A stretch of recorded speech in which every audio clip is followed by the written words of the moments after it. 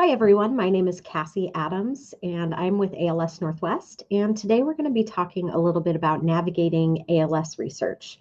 We're going to really start with the basics and dive into helping you sort of define a focus and navigate the very tricky internet world, especially of ALS research.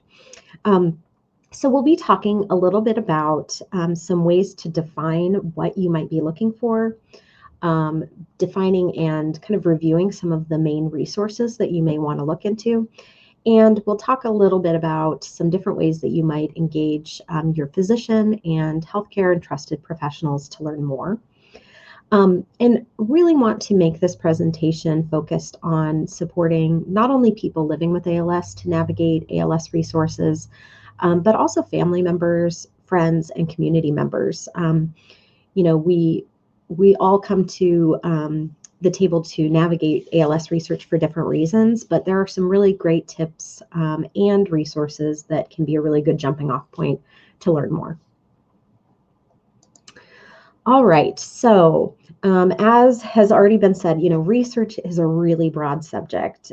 So it can be really helpful to kind of narrow your search even before you begin and start thinking about what am I really looking for, and asking yourself, what end result do I want when I'm sitting down to search for ALS research. A very common thing I hear from folks is, oh my gosh, I got very overwhelmed. I sat down, I started down one direction, and then I went down many a rabbit hole.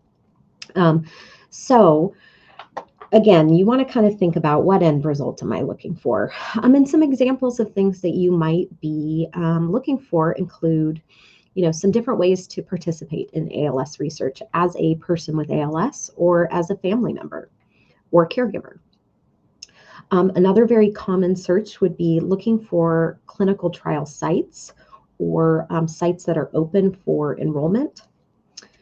You may be just looking for just general information about ALS research. What are some new treatments that are coming up? What are some new clinical trial sites that are starting up? Or, hey, where is this? I heard about this great clinical trial. What phase are they in? What's going on? So just some general information.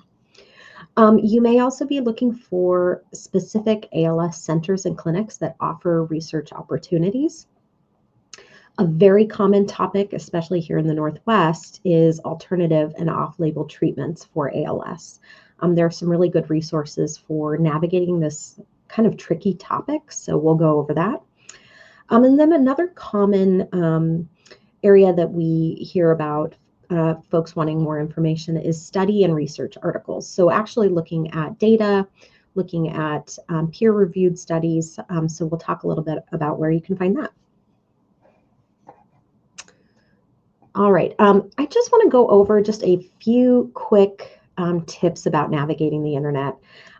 Particularly when you're talking about research, we all know that there are sites out there that can be somewhat misleading. So just wanted to go over a few pieces of guidelines just to kind of be thinking in the back of your mind while you're searching. So Dr.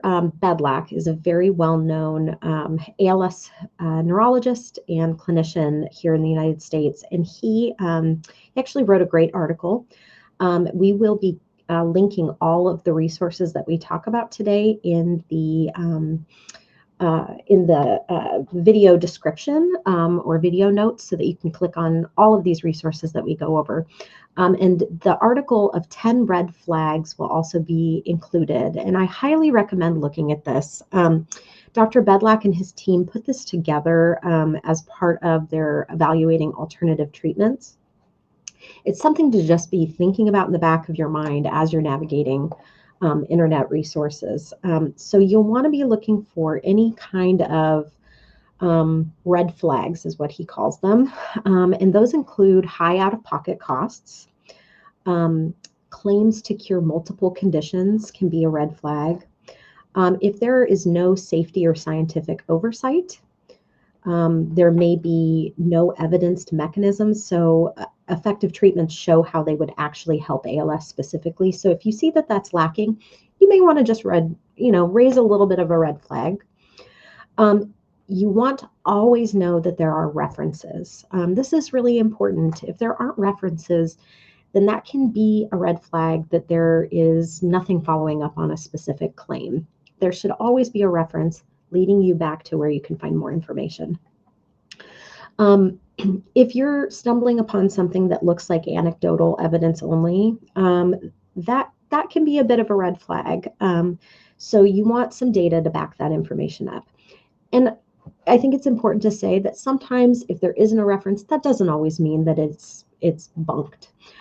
It's just important to look for references, to look for breadcrumbs that kind of help us to know that this claim is based on data. And I think, again, if you're ever unsure about a resource, or maybe you look into something, you're like, I'm not really sure if this is something that I can follow up on, or if this is a good treatment option for me, or something that I could be looking into for a friend or family member, talk to a trusted professional. Give us a call at ALS Northwest or talk to your physician, and they should be able to help you kind of navigate. It's also important, we're going to go over a couple of different government websites that offer information about clinical trials and research opportunities, and they are official government websites. So one thing to know, you may have noticed this up in your internet browser, but official websites use generally .gov. And .gov websites belong to an official governmental organization in the United States. And there is usually a lock right up in the corner that you'll see that helps to kind of know that you're safely connected to that type of website. So it's something good just to look for, kind of keep an eye on as you are navigating different resources across the web. Alrighty, so let's get into some of the resources. The first resource that I want to talk a little bit about is clinicaltrials.gov. So this is one of those governmental websites that I mentioned. This is a very, very comprehensive online database. It's managed by the National Institutes of Health, National Library of Medicine, and it really provides public access to clinical research studies. It's a really good starting point for anyone who might be interested in clinical trials or observational studies, and we'll talk a little bit about the difference between those. New studies are constantly added to this site, and it really evolves over time, so it's not static. You can jump on tomorrow and maybe see some new updates and information. The platform does include studies on health-related questions from all 50 states, so it's not ALS specific. You can search by condition, you can search by location. There's a lot of different filters and ways that you can search. And this site, as I mentioned, focuses on two different types of studies. The first would be clinical trials. Many people are familiar with clinical trials. These are assigned interventions, usually a drug or a treatment approach that test outcomes in participants. So these are frequently the types of trials that people with ALS undergo if they're part of an ALS clinic and they want to participate in research. Alternatively, there are also opportunities to engage in observational studies. So these are a little bit different than clinical trials. In these, researchers are really collecting data without assigning a specific intervention. They're really looking at a participant's existing health habits or their environment. So there are a couple different ways to participate in trials, and the clinicaltrials.gov site is one of the best resources for searching. It is important to know that the U.S. government isn't reviewing or verifying the safety and scientific validity of these studies. So you should use your discretion. You should always talk to your doctor about any studies that you're interested in participating in. And if you do want to use this resource, I would highly recommend checking out a demonstration video that we will include a link to. Just on how to navigate clinicaltrials.gov. It's a great guide for first-time users and can answer a lot of common questions about navigating the website. All right, another resource that I'd like to highlight is actually very specific to ALS. And this is the National ALS Registry. This is also another governmental site. It was established by Congress through the ALS Registry Act in 2008. And the goal of this registry is to collect and organize data that helps us understand who gets ALS and also what factors may contribute to the disease. The registry is managed by the Agency for Toxic Substances and Disease Registry. And the goal of this is to really empower people with ALS to contribute in a meaningful way, to give back to research. I believe now they are up to 18 surveys. They're risk factor surveys. The registry is completely optional for people with ALS, but we really encourage people. This is a very great way to participate in research. It's completely anonymous, and people with ALS can sign up for the registry, complete those risk surveys on your own time. You don't have to complete every single one of them, but it's gathering really, really valuable data about looking at risk factors, looking at environment, looking at demographic information. And it's a great way to participate in research without even having to leave your home. The registry also gives people access who apply to become a part of the registry to also a biorepository.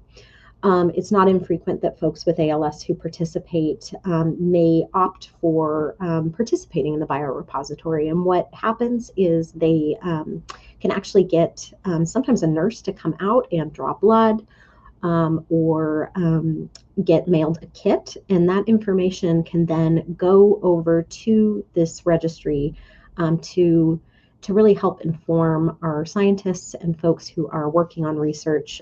So another great way to participate. There is also a lot of really great information on the National ALS Registry site for folks in the community to learn more about the prevalence rate of ALS. They are often publishing very interesting articles looking at some of their findings. So I'd highly encourage everyone to check out their website, which again, we'll link in the chat comments. All right. So kind of moving in a little bit of a different direction, I want to share a really great resource that has a lot of different types of information about research and collaborative ways of engaging in research. So NEALS stands for the Northeast ALS Consortium, and they are really dedicated to accelerating ALS treatment development through collaborative and innovative research. So this group unites people living with ALS, researchers, and various stakeholders to drive progress in ALS and motor neuron disease. And if you're in the US and you hear motor neuron disease, over in the UK and other parts of the world, they often refer to MND and ALS interchangeably. So if you see that, know that that's what they're referencing. And NEALS is an international academic research organization. They consist of over 150 different medical institutions, and they conduct ALS research and clinical trials. And so they've got a very strong international connection. So it's a great way to learn a little bit more about what's happening in different countries. So highly encourage folks to check out their website. They have a dedicated clinical trial search page. So we talked a little bit about clinicaltrials.gov.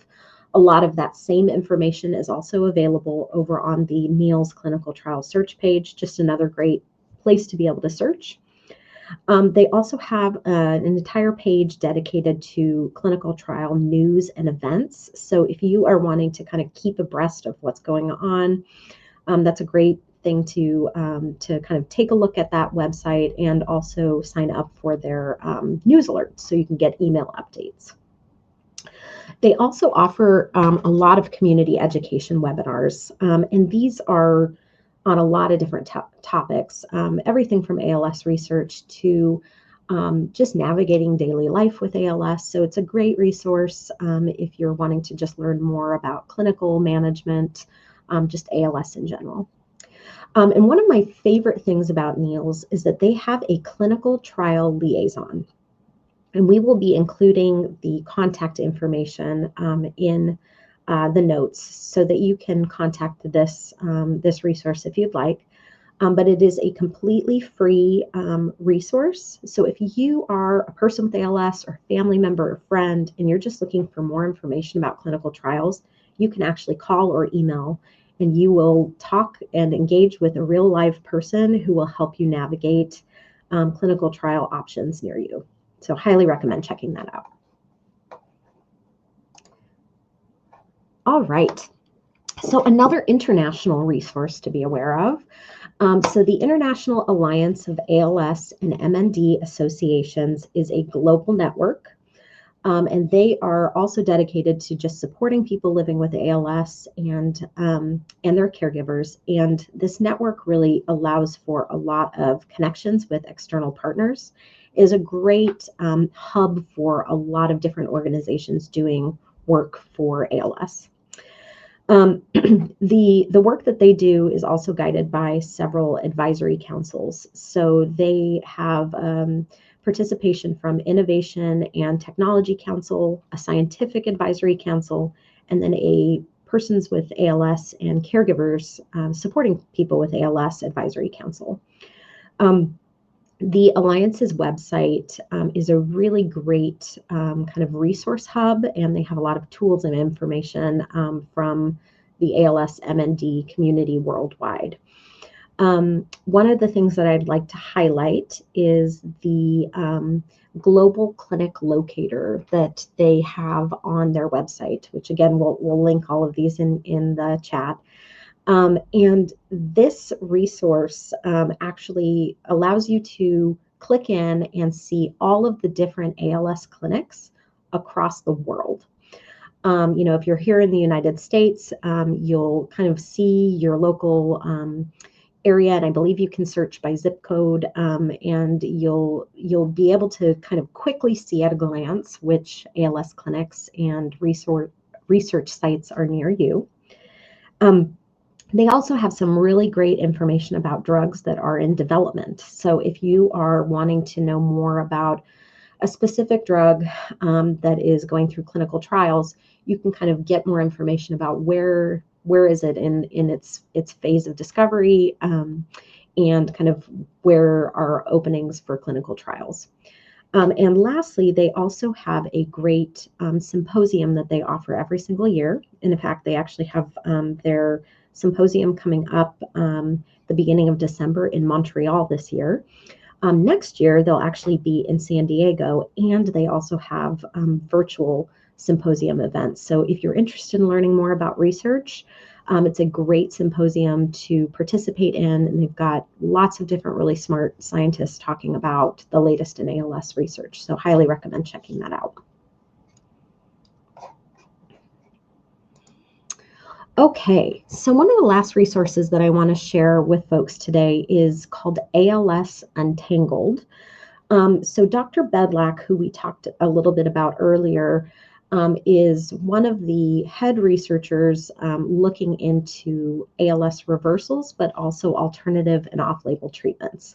And he's out of Duke University, and not only doing research, but is also a clinician. So he's working directly with people living with ALS and their families. And he created this site with his colleagues to really provide a good resource for people living with ALS, their clinicians, their family members, and community members to know more and make more informed decisions around different types of supplements and treatments that are what's considered off-label. So their website is really robust and actually includes completed reviews, which include detailed reports on various off-label treatment options, and they assign grades in specific categories for each of those off-label treatment options. And really helps just inform people as they're searching and kind of navigating. If I'm at Costco and I'm looking at the vitamin aisle, I can kind of make note of some of those different vitamins, come back to this website and see if they've actually reviewed some of this information and look at all of the different categories and sort of grading system that they give. And really, this is just another resource. We would highly recommend you always bring this up with your doctor and always talk about supplements and treatment options with your doctor, but it's a really great resource for kind of navigating that.